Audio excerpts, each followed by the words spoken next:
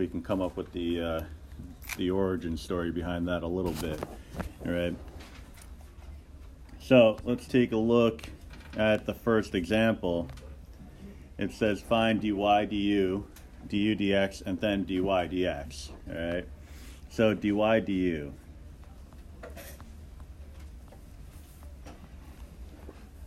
All right, what's that going to be?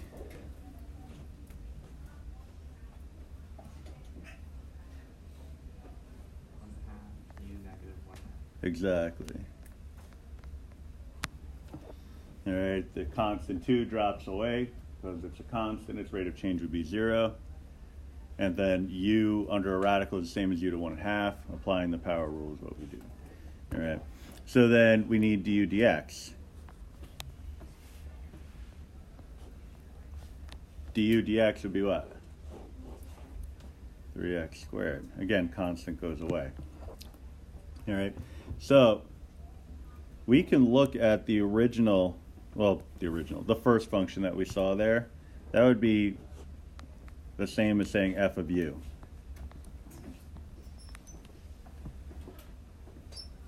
Huh.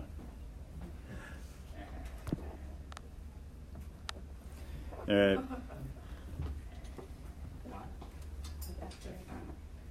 So the second function is some function of x.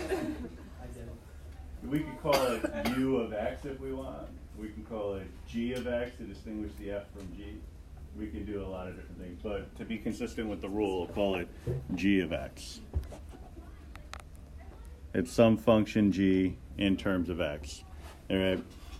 So that's just naming for the sake of naming at this point, just to kind of tie it together with the rule above.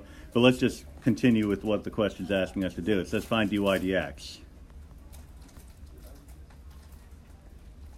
All right, so if you look at what we got in the first calculation, it was dy du. If you look what we determined in the second, it was du dx. That shows up all right. If we were to just multiply those two things together, the du's would cancel out, and you would end up with what you're looking for, and that is dy dx. All right. Now, if I'm designating that dy du as my f of u, and my du dx, that's the same as g of x, I'm not really taking f of u and multiplying it by g of x because I took the derivative of the f of u. F of u became dy du because we took its derivative. So that would become an f prime. G of x became du dx because we took its derivative. All right, so we started off with some function, f of u, g of x, whatever. We took their derivatives and then ended up multiplying them. In the end, we end up with a dy dx. Long story short, if I were to just take the derivative of that outer function, 1/2 u to the negative 1/2,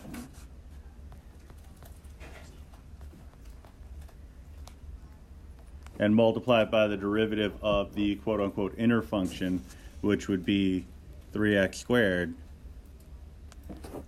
I'll actually get a meaningful derivative. The only issue that comes up here is the fact that I have a derivative that contains a u in it.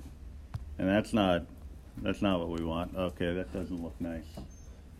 That was supposed to beautifully highlight as opposed to like scribble out. So, let me go back to the orange, and then what I'll do instead is just circle it. So that would have to go away. I'd have to replace that with some function of x. So 1/2, instead of the u, I'd write what? What's u equal to? X cubed plus 1.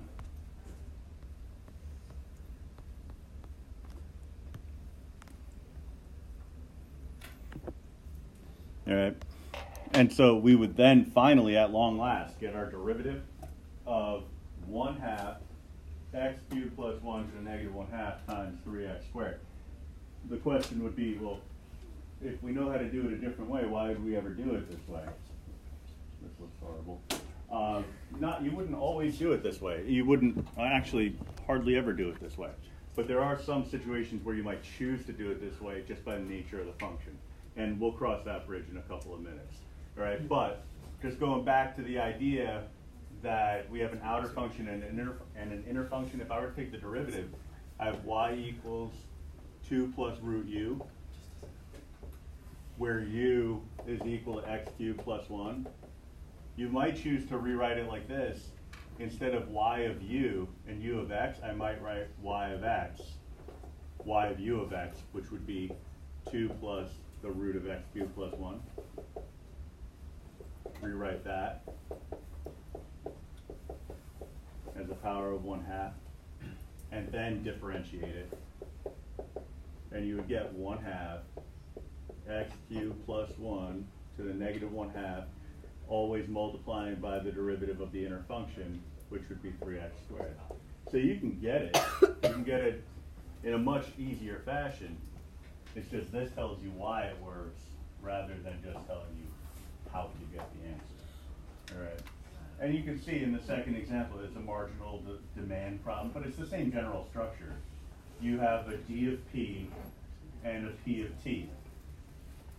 Why did f of u and g of x become f prime of u and g prime of x? Because we started off with some function f of u and we took its derivative in order to get this calculation. So the arrow, when you say f of u arrow that, you're not saying that f of u is that? No, it's becoming that. Okay. Yeah.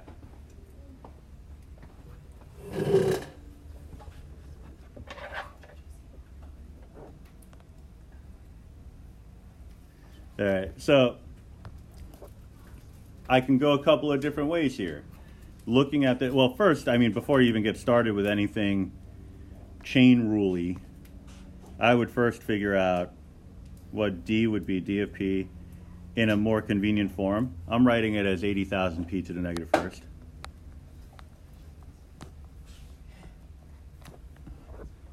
All right. Oftentimes, just solid understanding of chain rule can help you avoid having to use things like quotient rule. Quotient rule is not difficult, as you know, it's just annoying. And actually, the annoying, personally, I think, the annoying component of it is the amount of space that it takes up. That's really all. I mean, maybe a little extra writing, maybe not. I mean, I've never counted like the amount of characters that I've written one way as opposed to the other. I can't imagine it's too vastly different, but it just feels like quotient rule just takes up a ton of space where chain rule doesn't. All right. And then I have my P of t, which is 1.6 t plus 9. Instead of actually composing the functions, what I could do is take the derivative of my outer function, d prime, which would be what?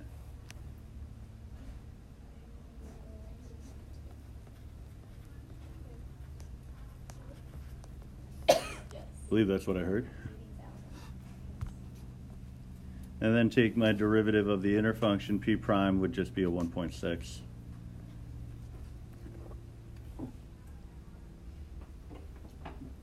All right, and so if I want the derivative, instead of actually finding d of t and then taking the derivative that way, I could just go directly to d prime of t, which would be negative 80,000, whatever p is, to the negative second times the 1.6. And then we know what the p is. It was 1.6 t plus 9.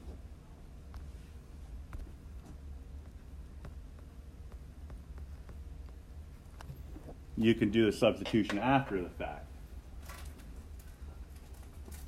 I think it's easier, but I think it only plays out that way because it's already broken up, bless you, into two separate functions. You know, if I ask you to find the derivative of sine squared of x, that's a composite function, a function within another function. You could do it this way. You would just have to write it first as not d of p, but like f of u, and u would the function would be u squared. F of u equals u squared, where u is equal to the sine of x. You'd write it separately, take the derivative of each part, and then put it all back together. Right? More trouble than it's worth sometimes, but sometimes, you know, definitely necessary, especially if you're dealing with some messy function. And we're going to see messy pretty soon. Very exciting. All right. So then after that, after you find the derivative, how quickly changing after 100 days? Is this rate of change rising or falling? So basically, is it positive or negative? Right. So, you know, we're always prepared, or at least in theory, prepared to do stuff by hand. We look forward to the ability to do some of this stuff on the calculator. Let's see what happens when I plug in a 100. Well, that would be 169, right? To the negative 1/2 would be 1 over 13. Oh, no, negative second, not negative 1/2. Oh, that's disgusting. All right. Well, it would be 1 over 169 squared times 1.6. Wouldn't it be 169 squared, not the whole thing squared? Oh, it won't matter because it's just a 1 on top. Yeah, you write it either way.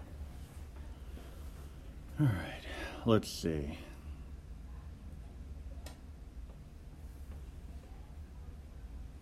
Negative 128,000 over 169 squared. Sounds about right. And it's definitely something that's falling. It seems like this is probably a calculator type question because it's talking about demand. Yeah, let's see. Yeah, the demand function. It doesn't say what the units would be, but it would be generally in terms of items produced.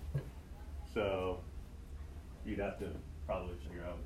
Although, you know, the AP is not opposed to putting answers that look like this as a choice and popping it onto the multiple choice section of the non-calculator part. Is that right? Was it 128,000? Because I did 0.6 times the 80,000, that gave me negative 48,000. I added that to the negative 80,000. Yeah. It's right? Okay.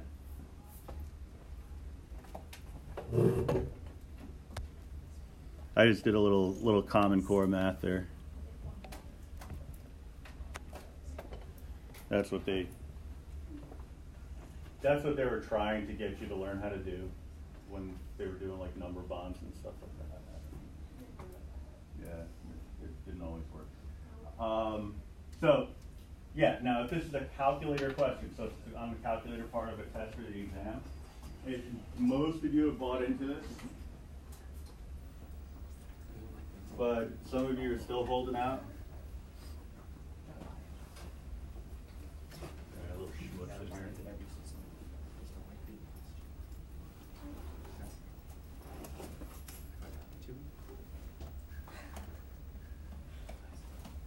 All right, you could do the composite function on the fly here and just replace the p with what it's equivalent to.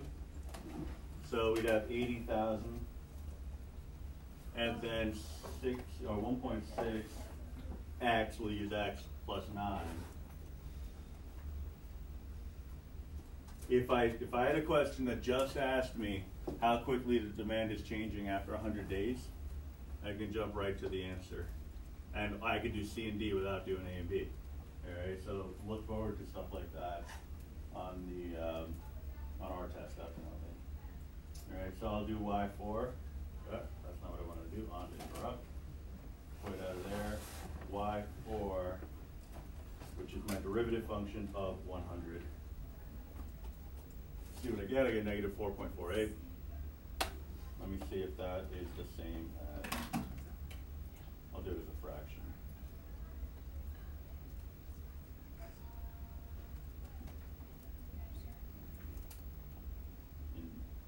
Indeed, it seems like it is.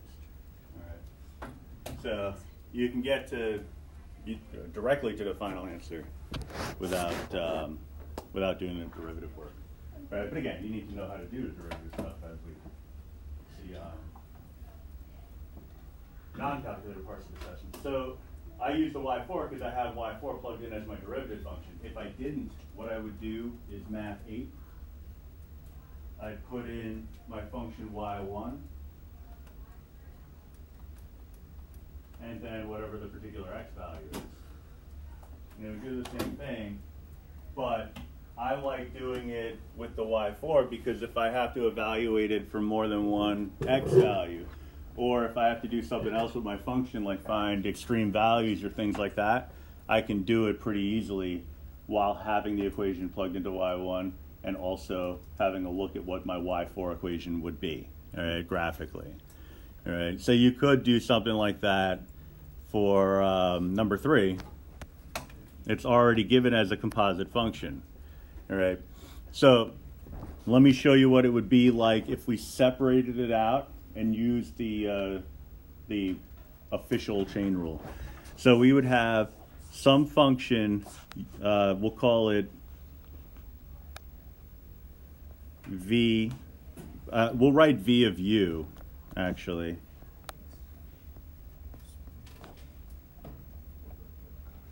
And we replace the inner function, there's a little lag here now. Whatever the inner function is,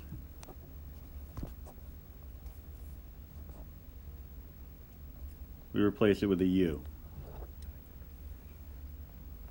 And then rewrite that inner function as its own function, u, in terms of whatever the independent variable is, 1.0025 r.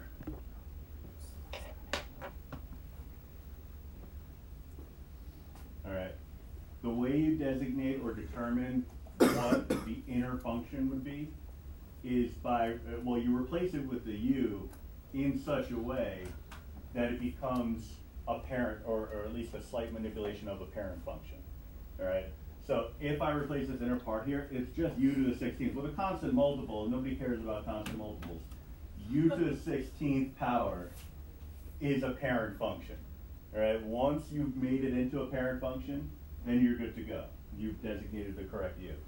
All right.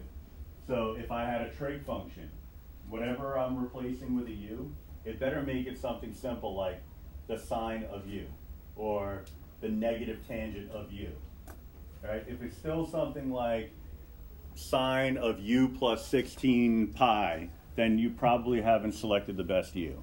All right. It might be a good u, but it might not be the best u. All right. So this one, when I differentiate, I'll write as dv du.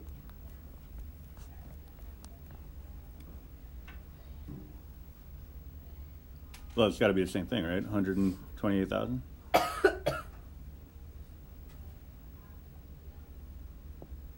Well, I'm going to write it, and you'll tell me I'm wrong.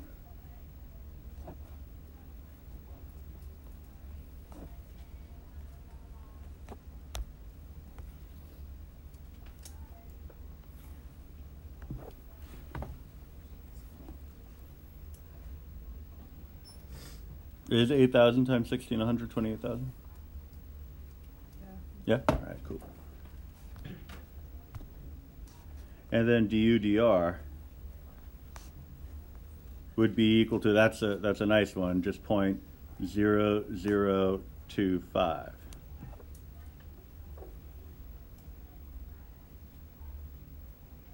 All right, so the idea behind the chain rule is once I take my individual derivatives, if I were to then multiply them together, will I get the thing that I'm looking for?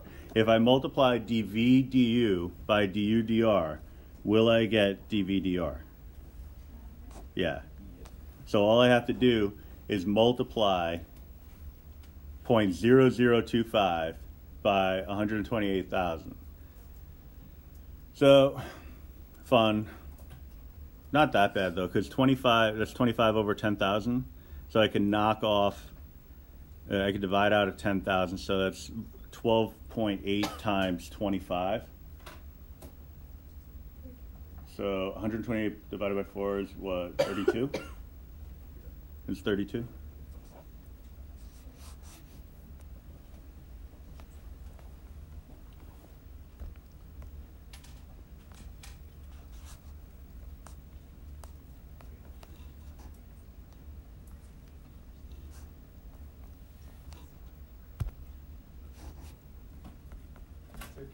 Yo. I think it's 320.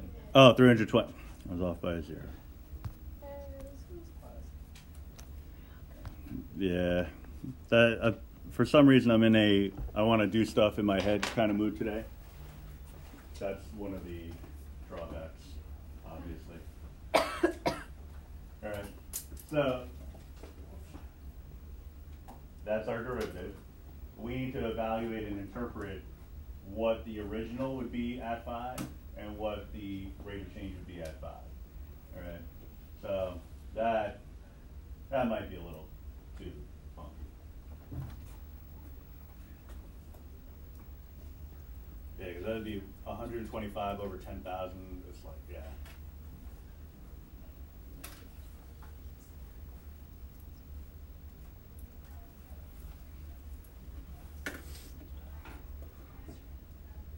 Oh, well, there's one there.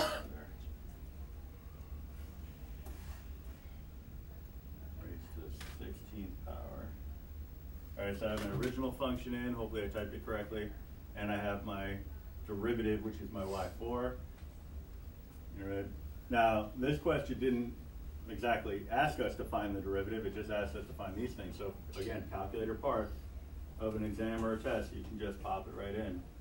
I'll go to the table on this one because 5 is a nice number, nice enough number. We are talking money here, right? Are we? Yes. Yeah? Okay. Yeah, value of the annuity. But it's dependent on rate. All right, so this is not dependent on time because it's saying after 4 years. So you have a value that's solely dependent on the particular interest rate, which is obviously pretty high. All right, if you know anything about interest rates, you know 5 is astonishingly high. It has happened before. It was a good time.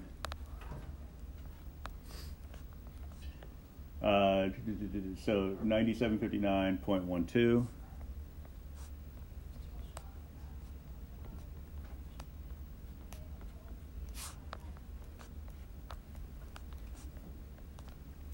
And then 385.55. And that's a positive number. So we're on the upswing here. So the interpretation is after 4 years,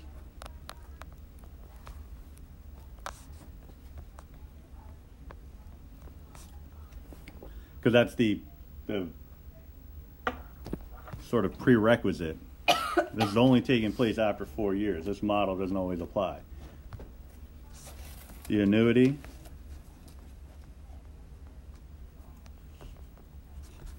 is valued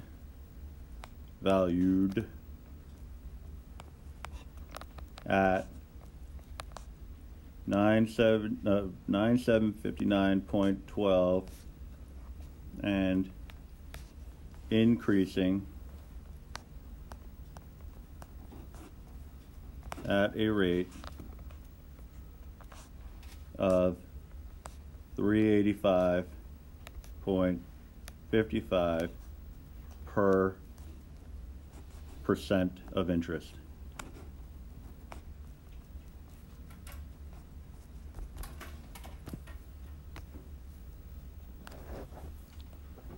All right, so basically it's telling you that, at this moment in time, that 5% interest rate is worth a roughly $386 bump based on that interest rate. So per interest, % of interest. Right? So it might be different for 4, 3, whatever, but eventually you get to a moment where you have that most convenient interest rate. Now, financially speaking, if you're talking about accounts that are making money for you, the most convenient interest rate would be the largest one that they're willing to give you, right? So it's not like, okay, once I hit 16%, if I get to 17th, I start losing money. That's just not how it works, because that's not how interest works. What's an annuity? An annuity is an interest-bearing account, but it's a long-term interest-bearing account. It's like they call them 401ks for teachers. They're retirement accounts.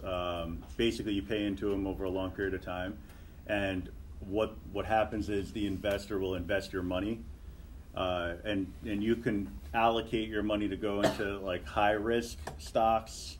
It could go into mutual funds. It can go into other sorts of accounts where it will make money for you, but it's not as guaranteed, but the risk reward is a lot better. Or you can go a safer route where you get much less in return, but you don't have to worry about losing money, right? But the idea is that you're not investing your money over a short-term basis. You put your money in over time, and there's usually some kind of requirement that you can't take it out before you turn 55, 60, 65, something like that. All right, so they know they're getting your money for the long haul, and you know that you're going to get a good return on your money when you get it back, assuming that everything goes to plan. All right, which is one of the reasons why when the fiscal crisis hit, that you had a lot of people who were going to retire who couldn't retire anymore because of things like the Bernie Madoff scandal.